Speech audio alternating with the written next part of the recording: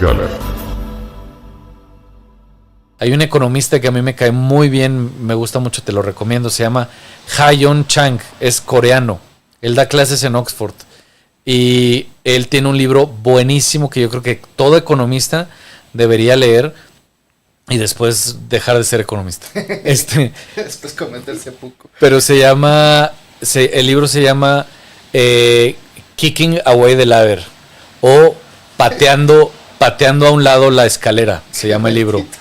Y entonces, él lo que dice es, todos los países que hoy vienen a hablar de libre comercio, de apertura, de privatizaciones, nunca llegaron al primer mundo haciendo ese tipo de cosas, ¿no? Nunca llegaron a los niveles de desarrollo que tienen hoy haciendo ese tipo de estrategias suicidas. Pero las pregonan por todos lados para que pues países en desarrollo las lleven a cabo, como México hizo mucho tiempo, y pues estemos a su merced, ¿no? Y él lo que hace es un análisis muy crítico de cuántos países han salido del subdesarrollo haciendo esas estrategias. Ninguno. Porque además hay un análisis de muy corta memoria que se hace en México. Una vez más los invito a sofisticar sus análisis del mundo, ¿no? Que es, las empresas del Estado son inherentemente ineficientes. Si es del Estado, es ineficiente. Si es privado, es eficiente. No sé qué tan eficiente sea, no sé, Banco Azteca. Pero es que tienes que pensarlo también en la perspectiva de, pues, del gobierno. Por ejemplo, pues el IMSS. Yo no espero que el IMSS tenga retornos y ganancias muy altas, ¿no? Porque es un servicio público. Entonces es como un error. Es como clasificarlo como una empresa, ¿no? Pues sí, claro. Debe dar ganancias siempre. Pues sí, son locos neoliberales que piensan que todo es una empresa y que todo debe tener retornos. ¿Por qué la policía debería tener retornos? No. El agua. La educación. Pemex. O sea, luego decían, oye, que una biblioteca se mantenga sola. No manches, vive de prestar libros. O sea, ¿de qué? ¿De las multas o qué?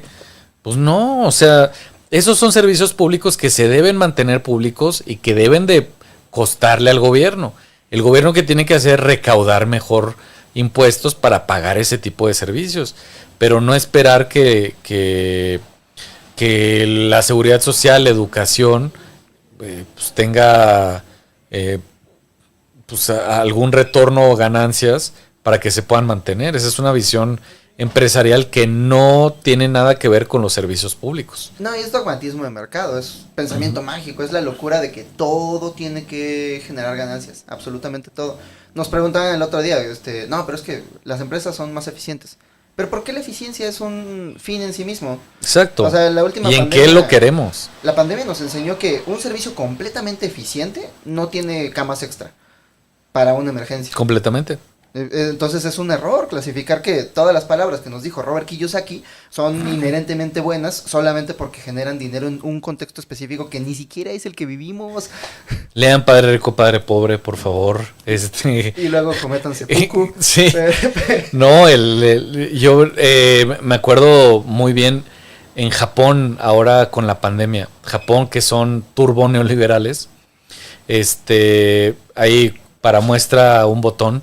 Si tú te suicidas en Japón, te tiras al metro, tu familia tiene que pagarle al sistema del metro y a todos los afectados, pues las afectaciones que tuvieron de tiempo, de daños materiales y demás. Esa ley es justa.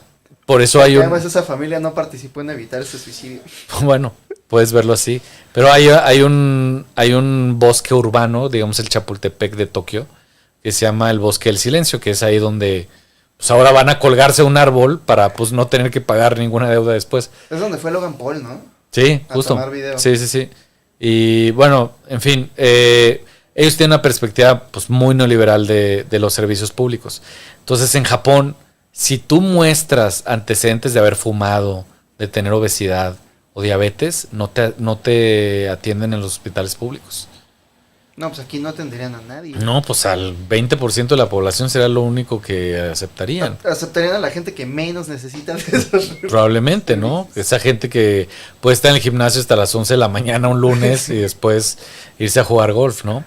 No, pero esta perspectiva de tratar al gobierno como una empresa fue muy dañina durante el neoliberalismo. Es el tema de Fox, ¿no? Fue cuando se empezaron a cobrar cuotas en las escuelas públicas, en los hospitales y demás. Entonces, para llevar a cabo todo esto que hemos estado platicando, sí es muy importante, uno, fortalecer a la sociedad, pero también fortalecer al Estado, que es quien puede llevar a cabo estas cosas. Porque, por ejemplo, a mí me encantaría que hubiera una ley general de aguas que priorizara el consumo humano y no el uso industrial para cerveceras, refresqueras y demás. Pero, siéndote muy sincero, hoy en día su implementación sería muy complicada porque la Conagua está muy, es muy débil, no tiene las suficientes herramientas para revocar concesiones. En el tema del agua ya está el narco, ya hay muchos involucrados ahí. Empresas privadas. Empresas privadas que son peores que el narco. Yo en algún momento veía una relatoría de la ex secretaria de Hacienda, perdón, la ex directora del SAT, Raquel Buenrostro, cuando hablaba de las empresas pues, que hacen los medicamentos, y que el gobierno dejó de comprarles por abusos. Y lo que llegaban a hacer, el gobierno compraba un buque de otra empresa que tenía un mejor precio y de repente los trailers que las transportaban los paraban paramilitares y les llenaban de agua las cajas para echar a perder los medicamentos. Las farmacéuticas, mano. Las mismas farmacéuticas. Las farmacéuticas que llega un hombre blanco suizo con un portafolio y un traje carísimo a hablarte con lenguaje diplomático de que tienes que comprarles, son las mismas que contratan a este tipo de malhechores para tener ese tipo de actitudes con un Estado pues, legalmente y democráticamente electo, ¿no? Es que nos hicieron ricos firmando cheques, señor.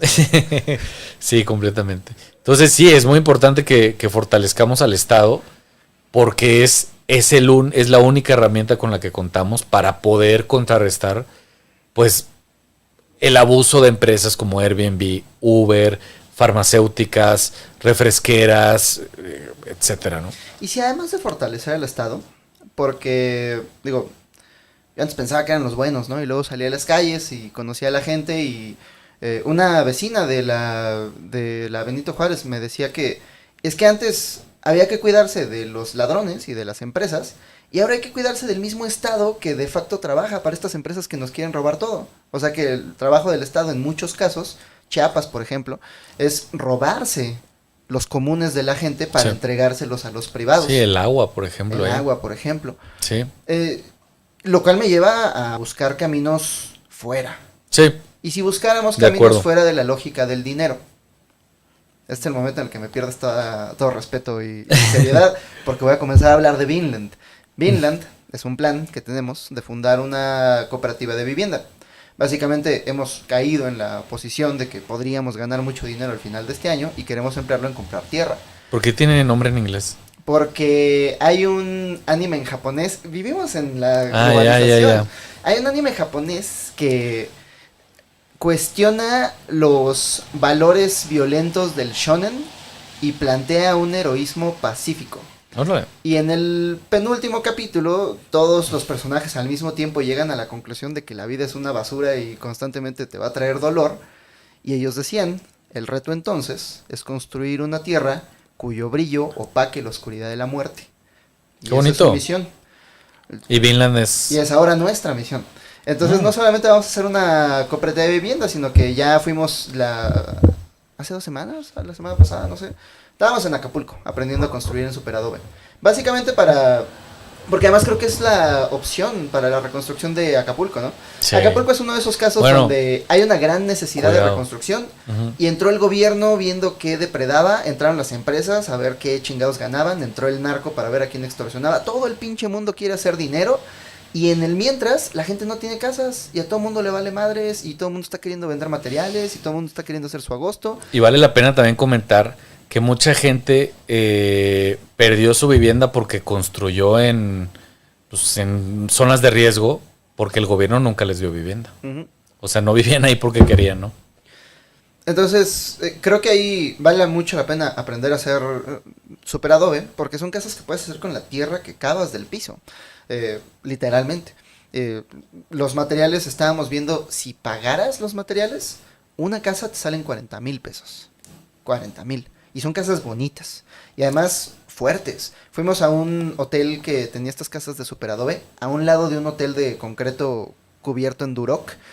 Y el otro hotel era un hoyo en la pared, estaba en los huesos, era el puro concreto. Y doblado aparte. Después del huracán. Después del huracán. ¿No? ¿Y la casa de superadobe? La casa de superadobe, nada. Órale. Una que dejaron la ventana abierta, se le rompió el vidrio y eso fueron todos los daños de toda esa colonia. Entonces el plan es comprar tierra, preferentemente alguna tierra destruida por la Revolución Verde para poder recuperar el suelo, construir nuestras casas, automatizar nuestros cultivos, poner cachanubes y si nos conectamos a la luz ya tenemos vivienda, luz, agua, comida. ¿Qué más quieres? Sí, todo. ¿Qué más necesitas? Entonces eso podríamos emplearlo para liberar el tiempo de la gente, emplearlo en proyectos productivos que nos sirvan para comprar más tierra, recuperar el suelo, construir más casas, liberar a más gente y así hasta que llegue el colapso climático. Pero lo queremos poner bajo la figura de la cooperativa de vivienda. Que estaba hablando con Carla y me decía que ni siquiera... Vamos, que la cooperativa de vivienda no tiene sentido porque está dispuesto como si la vivienda fuera una empresa. Sí, las leyes que regulan las cooperativas aquí en México en general no son muy adecuadas ni fomentan el cooperativismo. Pero sí creo que podría ser una más de estas luchas. Porque además hay muchos grupos agremiados que les interesaría mucho. Por ejemplo, pues muchos trabajadores pues, que no han tenido acceso a la vivienda porque ganan un salario muy bajito, pues podrían ser beneficiarios de ello, ¿no? Sí, literales, vénganse 20 changos y construyan 20 casas. Al final del mes que nos tome, cada una es de ustedes.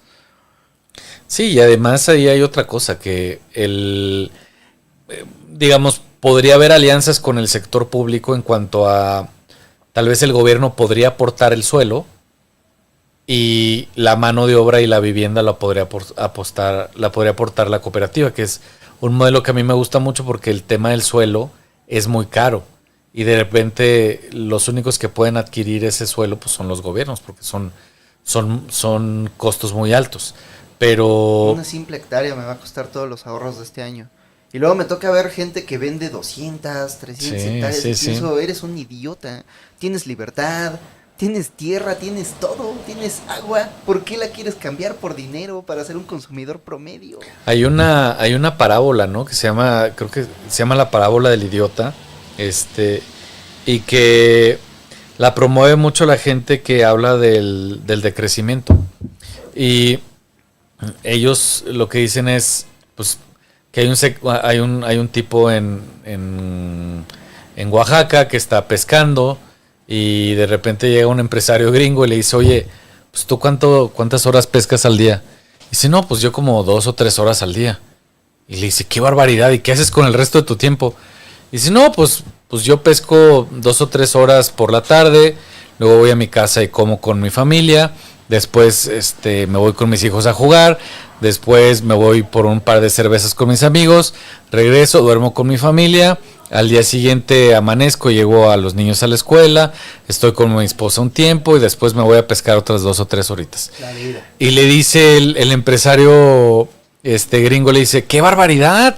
Estás perdiendo tu tiempo. Si pescaras más horas, pues podrías poner un almacén en la capital y después podrías proveer de pescado a la central de abastos de la Ciudad de México. Y le dice, ¿y para qué? Y dice, pues no sé, pues después podrías montar un corporativo y proveer de pescado a toda la región. Le dice, ¿y para qué? Y dice, pues estarías muy rico y entonces podrías exportar pescado y camarones a Estados Unidos. Y le dice, ¿y para qué? Y dice, pues para que después de 40 o 50 años, pues puedas únicamente pescar 2 horas al día, después irte a comer con tu familia, tomarte un par de cervezas con tus amigos y después regresar a dormir con tu esposa.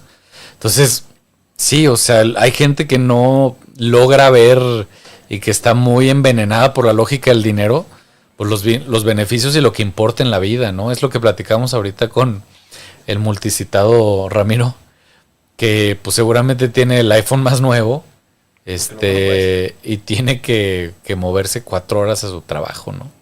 Y digo, llevo años pensando en esto.